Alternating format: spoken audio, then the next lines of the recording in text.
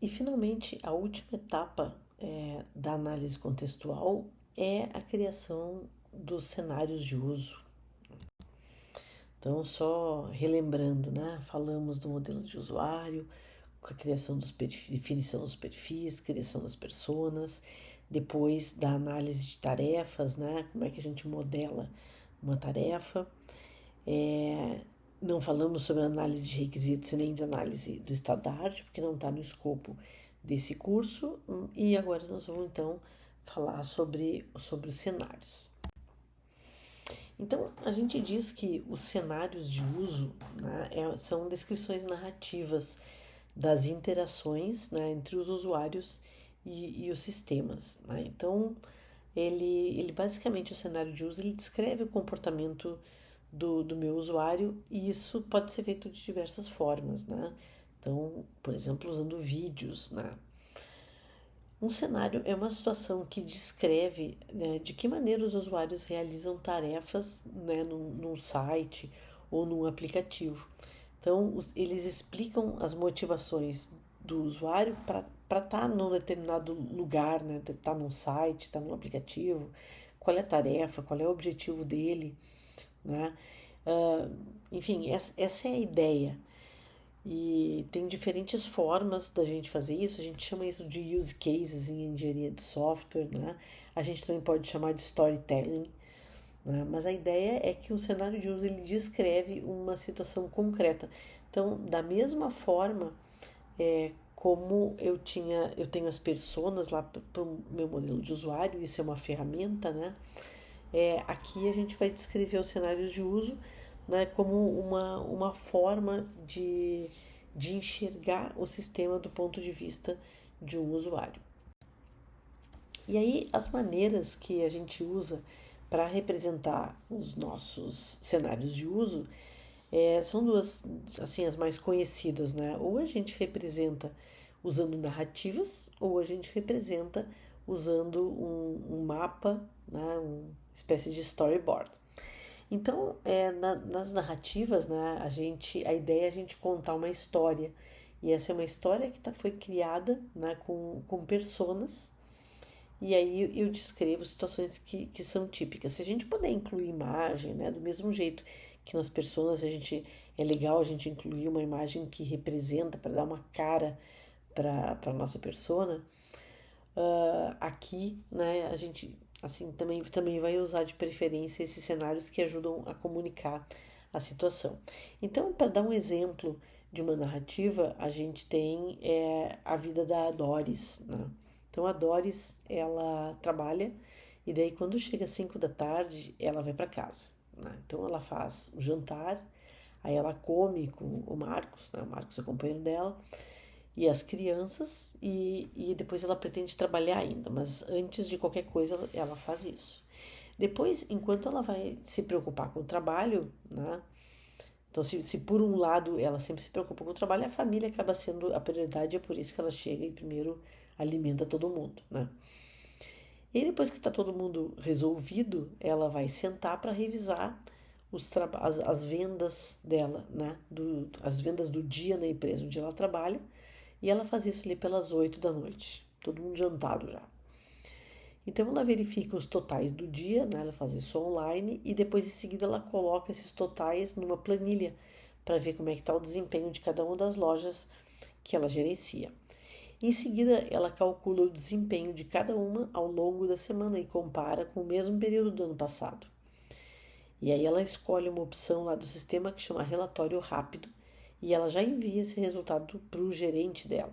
Ela sabe que ele nem vai ler, mas ela também sabe que ele quer ver isso na caixa de entrada dele, né, todas as manhãs. Então ele quer chegar e já olhar. Então é legal que ela faça de noite ainda. Então, às 8h20, ela terminou o relatório. Então, demorou 20 minutos só. E aí ela tem tempo suficiente para fazer as coisas que ela gosta, né? Vai ver uma TV, e depois ela vai dormir. Então tá. Aqui, o que a gente fez, né? Basicamente, a gente descreveu um dia da rotina da Doris, né? Em relação ao sistema em que ela tá usando, né? Que a gente está fazendo essa análise. E aí dá pra gente ter uma ideia legal de como essas coisas funcionam. Aqui a gente tem uma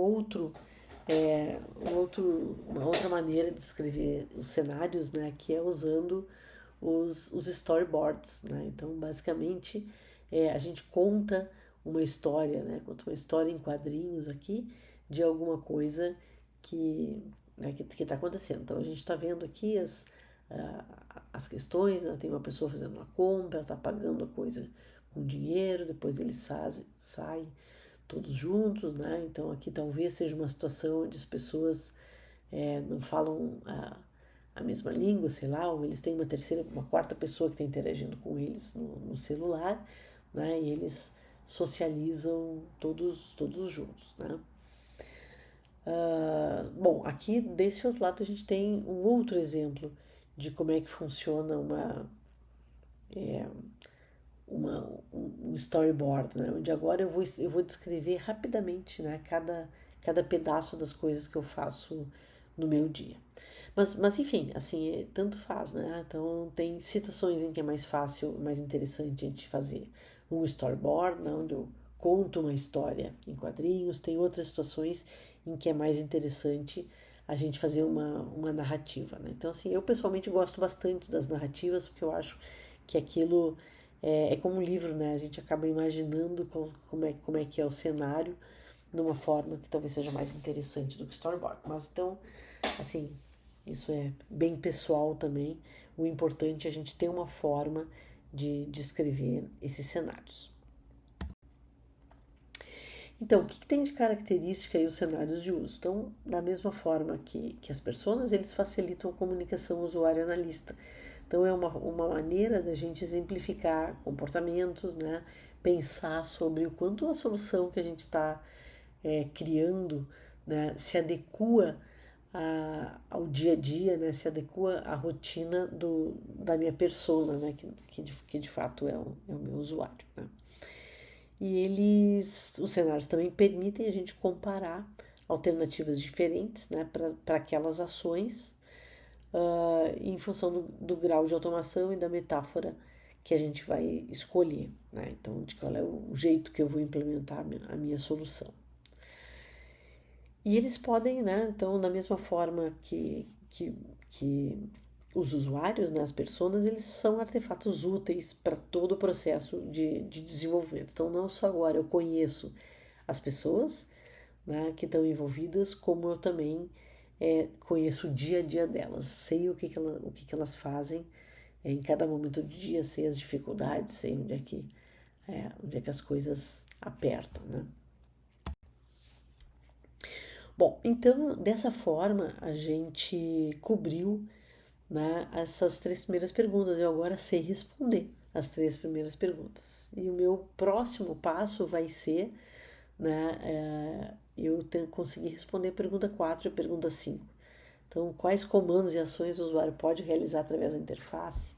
Como é que os componentes da interface vão ser apresentados para o usuário? Então, essas duas perguntas, 4 e 5, né, a gente responde projetando uma interface, né, mas esse é um assunto para a próxima aula. Né? Então, para hoje, o nosso objetivo era esse, de responder as três primeiras perguntas e, portanto, fazer a análise contextual. Então, agradeço a atenção aqui, espero que tenha ficado claro para todo mundo.